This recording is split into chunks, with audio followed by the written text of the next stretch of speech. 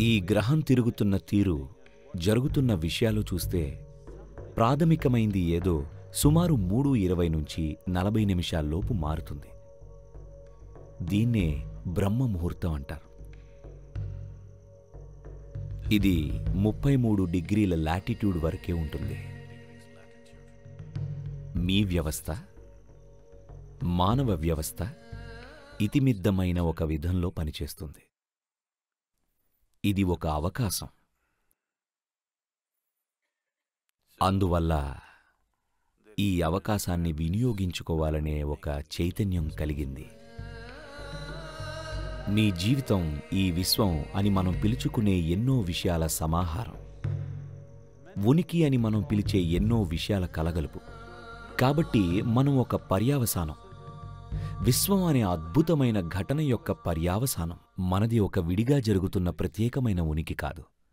కాబట్టి మీరు గనక మమేకమైతే మీలో కొన్ని విషయాలు జరుగుతాయి. మీకు తెలుసా, ఒక సికాడస్ అనే ఒక జీవి మేము ఉంటున్న టెనెసీలో ఉంటుంది. అదే యుఎస్ ఆశ్రమంలో. అది 17 ఏళ్లకొకసారి నిద్రలేస్తుంది. అంతకన్నా గొప్ప ఉందా చెప్పండి? వాటికి తెలుస్తుంది సరిగ్గా 17 ఏళ్లు అయ్యాయని. లేస్తాయంతే. లేచి ఉత్పత్తి చేసి మళ్లీ పడుకుండిపోతాయి. అవి 17 ఏళ్లకి ఒకసారైనా సరే సమయాన్ని గుర్తుపెట్టుకుంటాయి. అలారమ్స్ ఏమీ ఉండవు. ఇది ఎలా ఉంది చెప్పండి? అవి ప్రకృతిలో మమేకమై ఉన్నాయి. మనం ప్రకృతితో సంబంధం పోగొట్టుకుని అదే మన సహజ లక్షణం అనుకుంటున్నాం. కాదు. మనుషులు అనుభవిస్తున్న సమస్యలన్నీ, ఆరోగ్య సమస్యలన్నీ ఎందుకొస్తున్నాయంటే మనకి విశ్వంతో మమేకమయ్యి ఉండే ఆ ఎరుక పూర్తిగా పోయింది. మన ఉనికిని నిలిపే శక్తులతో కలిసి ఉండాలన్న ఎరుక పోయింది. ఆ సంబంధాన్ని పునరుద్ధరించడానికే యోగా ఉంది. ఈ జీవిత శృతిలో భాగం కావడానికి. మీ జీవంతో లయలో ఉంటే మీరు కూడా సుమారు ఉదయం 3 గంటల తర్వాత నిద్రలేస్తారు. మీరు ఎరుకతో ఉంటే ఉన్నట్టుండి ఒక మెరుపులాంటి ఉల్లాసం కలుగుతుంది మీలో. మీరు గాఢ నిద్రలో ఉన్నా సరే మీకు మెలుకు వస్తుంది. ఇది మీకు జరగాలి. దానర్థం మీరు మమేకమై ఉన్నారు అని, జీవితంతో మమేకమై ఉన్నారని. మరి ఆ సమయంలో నేనేం చేయాలి? ధ్యానం చేయాలా, ఏదైనా క్రియ చేయాలా అని మీరు నన్ను అడిగితే ఏం చేసినా పర్వాలేదు. మీరు దేనిలో అయితే దీక్ష పొందారో ఆ ప్రక్రియని సాధన చేయాలి. ఎందుకంటే దీక్ష ఇవ్వడం అంటే మీకు కేవలం ఒక సాధన నేర్పడం కాదు. దాన్ని మీ వ్యవస్థలోకి నాటారని అర్థం. దాన్ని మీ వ్యవస్థలోకి ఎక్కించారు.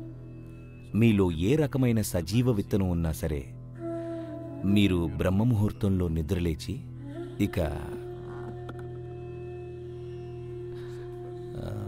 దాన్ని సాధన చేశారనుకోండి, అది అద్భుతమైన ఫలితాలను ఇస్తుంది. ఎందుకంటే ఆ సమయంలో మీ శరీర వ్యవస్థతో ఈ భూమి ఒక విధానంలో మెలుగుతుంది. కాబట్టి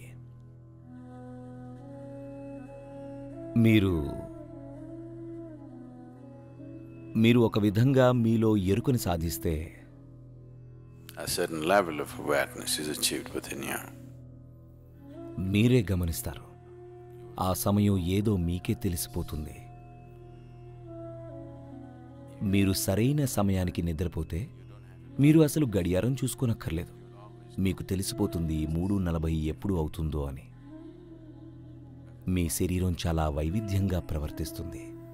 ఆ సమయంలో మీరు లేచి మీకు ఇవ్వబడిన దీక్షను సాధన చేస్తే ఏదో పుస్తకంలో చూసింది కాదు. దీక్ష ప్రక్రియ మంచి ఫలితాలిస్తుంది. మీలో ఉన్న విత్తనానికి ఆ సమయంలో మొలకెత్తటానికి చక్కటి సహకారం దొరుకుతుంది. లేదా మీరు వేగంగా పరిణితి చెందడానికి ఉపయోగపడుతుంది. ఇతర సమయాల కంటే కూడా వేగంగా జరుగుతుంది. ఇది దీక్ష తీసుకున్న వారికి మాత్రమే. మీకు దీక్ష లేకపోతే, మీకు పుస్తక జ్ఞానం మాత్రమే ఉంటే, మీకు 3:40, 6:40, 7:40 పెద్ద తేడా ఏమీ ఉండదు. అలాంటి వారికి సాంధ్యాకాలాలు ఎక్కువ ఉపయోగకరం. సాంధ్య అంటే సూర్యోదయానికి 20 నిమిషాల ముందు, ఇంకా 20 నిమిషాల తరువాత. అలానే సూర్యాస్తమయానికి 20 నిమిషాల ముందు, ఇంకా సూర్యాస్తమయం తర్వాత 20 నిమిషాలు.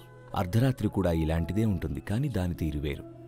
కాబట్టి ఈ 2 సాంధ్యాకాలాలు దీక్షలు చేసుకునే వారికి ఉత్తమం. 3:40 అనే సమయం శక్తివంతమైన దీక్ష తీసుకున్న వారికి మంచిది. For more videos like this, subscribe Big TV channel.